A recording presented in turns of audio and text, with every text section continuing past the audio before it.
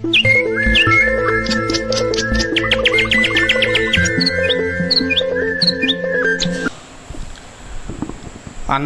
వారితో, ఈరోజు ఎలాగైనా నేను గొడవ పెట్టుకుంటాను. ఈ మాటలు కోర్దోబా పీఠాధిపతులైనటువంటి డాన్ ఇగ్నేషియస్ మార్తిస్ గారు మధ్యాహ్నపు పూట భోజన బల్ల మీద ఒక మంగళవారం రోజున తనతో ఉన్నటువంటి ఇతర గురువులు పెద్దలతో చెబుతూ ఉన్నారు. ఎందుకు ఆయన అంతోని వారితో గొడవ పెట్టుకోవాలి అని చెప్పి ఆ బిషప్ గారు అనుకుంటూ ఉన్నారు అంటే, పీఠాధిపతులు అయినప్పుడు అంటే బిషప్ గారు అయినప్పుడు వారికి ఉంగరము బహూకరించబడుతూ ఉంటుంది. అది బిషప్ గారి అధికారానికి గుర్తు. రెండవది, బోధించేటువంటి అధికారానికి, అపోస్తలుల వారసత్వానికి గుర్తుగా ఉంటుంది. అందుకే మనము గౌరవ సూచకంగా ఆ ఉంగరాన్ని ముద్దు పెట్టుకుంటూ ఉంటాము. మరి అలా తాను పీఠాధిపతి అయినప్పుడు బహూకరింపబడినటువంటి రాజముద్ర లాంటి ఆ ఉంగరము పోయేసరికి బిషప్ గారికి బాధ కలిగింది.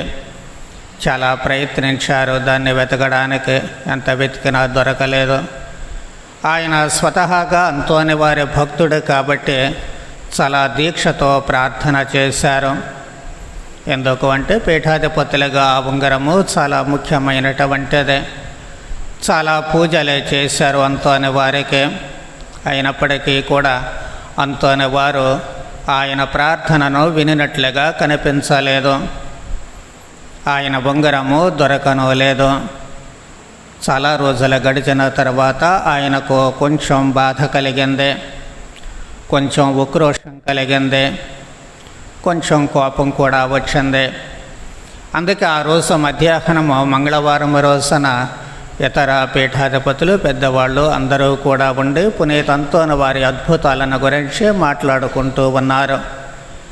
ఆ సమయంలో ఈ బిషప్ గారు, డాన్ ఇగ్నేషియస్ బిషప్ గారు ఉక్రోషంతో ఈరోజు ఎలాగైనా సరే పూజకు వెళ్ళినప్పుడు నేను అంతోని వారితో గొడవ పెట్టుకుంటాను, పోట్లాడతాను. ఎందుకంటే ఆయన అసలు నన్ను పట్టించుకోవడం లేదు. ఎన్నిసార్లు ప్రార్థన చేసినా, ఎన్ని పూజలు చేసినా కానీ నా ప్రార్థన ఆలకించడం లేదు. కాబట్టి ఈరోజు ఎలాగైనా సరే నేను గొడవ పడతాను, ఆయనతో పోట్లాడుతాను అని చెప్పి ఆయన కొంచెం సీరియస్గా ఉక్రోషంతో చెబుతూ ఉన్నారు. ఆ టైంలో అనుకోకుండా ఠకీమని ఆ బల్ల మీద, భోజనం బల్ల మీద ఏదో వస్తువు పడినట్లుగా శబ్దం వినిపించింది. అందరూ కూడా ఆతృతగా ఏం పడింది పైనుంచి అని చెప్పి అనుకుంటూ చూచినప్పుడు అది బిషప్ గారి ఉంగరము. అందరికీ ఆశ్చర్యం వేసింది. అది ఎక్కడ నుంచి ఎలా పడింది అనేటువంటిది ఎవరికీ తెలియదు. కానీ ఎన్నో రోజుల నుంచి ఎతుకుతూ ఉన్నటువంటి ఆ ఉంగరము ఆ రోజున ఆ సమయంలో అక్కడ బల్లపై పడుతూ ఉంటుంది. అంతోని వారు అద్భుతంగా దానిని తన భక్తుడికి అందచేస్తూ ఉన్నారు. ఈ సంఘటన లేక ఈ అద్భుతము మనకు అనేక విషయాలు బోధిస్తూ ఉంటుంది. ప్రత్యేకంగా మనము చాలాసార్లు అడిగిన వెంటనే ఠకీయమని దేవుడు మనకు జవాబు ఇవ్వాలి అని, మన ప్రార్థన ఆలకించాలి అని, లేక పునీతుల ద్వారా ప్రార్థన చేసినప్పుడు ఆ పునీతులు మన ప్రార్థన వినాలి, ఖచ్చితంగా అది జరిగి తీరాలి అనేటువంటి ఆలోచనతో మనము ఉంటూ ఉంటాము. ఉండడము మంచిదే. ఎందుకంటే మన విశ్వాసం అలాంటిది. ఆ విశ్వాసముతో మనం ప్రార్థన చేస్తూ ఉంటాము. సహజంగానే అది నెరవేరనప్పుడు చాలాసార్లు కోపం వస్తూ ఉంటుంది, బాధ కలుగుతూ ఉంటుంది. కొన్నిసార్లు నిరాశకులు అనేసి ఇక నేను ప్రార్థన చేయను అని చెప్పి విరమించుకునేటువంటి భక్తులు చాలామందిని మనం చూస్తూ ఉంటాము. కానీ ప్రభువు చెప్పినట్లు నిరంతరము ప్రార్థన చేయాలి. విసుగు విరామము లేకుండా ప్రార్థన చేయాలి. మనం అడిగినటువంటివి దేవుడు ఎప్పుడు ఎలా ఇవ్వాలి అనేటువంటిది ఆయనకు తెలుసు. ప్రభు అంటున్నారు, మీరు అడగకముందే మీకు కావలసినవేంటో మీ తండ్రికి తెలుసు. కాబట్టి అవసరమైనటువంటి సమయంలో ఖచ్చితంగా ఇస్తారు.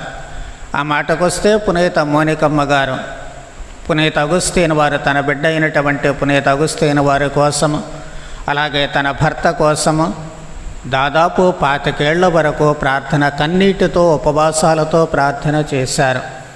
ఆమె ఎప్పుడూ విసుగు చెందలేదు, ఆమె నిరాశపడను లేదు. ఖచ్చితంగా ఏదో ఒక రోజున దేవుడు నా ప్రార్థన ఆలకించి తన బిడ్డ అయిన పునీత అగుస్తీన్ వారు మారుతారు అని చెప్పి నమ్మకం ఆమెకు ఉంది.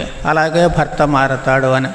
25 ఏళ్ళు గడిచిన తర్వాత కానీ వాళ్ళ అమ్మ నుంచి పారిపోయినటువంటి పునీత అగుస్తీన్ వారిని ఆమె చదువు రాకపోయినా రోము నగరం వరకు వెంబడించి మరీ ఆయన కోసం ప్రార్థనలు చేస్తే అప్పుడు ఆయన మనస్సు మార్చుకున్నారు, గొప్ప పునీతుడిగా పేరు పొందుతూ ఉన్నారు. కాబట్టి మన ప్రార్థనలు వినడం లేదు అని మనము ఎప్పుడూ కూడా నిరాశపడకూడదు. మనం నేర్చుకోవలసినటువంటి మొట్టమొదటి పాఠము. భక్తితో పట్టుదలతో మన ప్రార్థన కొనసాగిస్తూనే ఉండాలి. అది అవసరమైనటువంటి సమయంలో ఖచ్చితంగా దేవుడు మన ప్రార్థనను ఆలకిస్తూ ఉంటారు.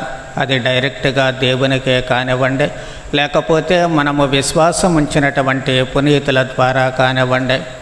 ఈ రోజున మనం పునీత్ అంతోని వారిని స్మరిస్తూ ఉన్నాము కాబట్టి ఆ పునీతుని ద్వారా అనేకమైనటువంటి అద్భుతాలు జరగడం మనం చూస్తూ ఉన్నాము. కాబట్టి అచంచలమైనటువంటి విశ్వాసముతో ఆ పునీతుని ద్వారా మనము ప్రార్థన చేస్తే ఖచ్చితంగా దేవుడు ఆ ప్రార్థన ఆలకిస్తారు. చాలామందికి చెబుతూ ఉన్నాను, కొన్నిసార్లు వాళ్ళ బాధల నుంచి విముక్తి కలగనప్పుడు 9 మంగళవారాలు ఖచ్చితంగా మీరు దేవాలయానికి వచ్చి నిండు పూజలో పాల్గొని దివ్య సత్ప్రసాదం స్వీకరించి అంతోని వారిని ప్రార్థించండి. ఖచ్చితంగా ఫలితం ఉంటుంది. ఎందుకు అంటే ఎప్పుడూ కూడా అంతోని వారు తన భక్తులను విడనాడడము మనము చూడలేదు. కాబట్టి ఖచ్చితంగా మన కోసము దేవుణ్ణి ప్రార్థన చేసి మన అవసరాలు తీరుస్తూ ఉంటారు.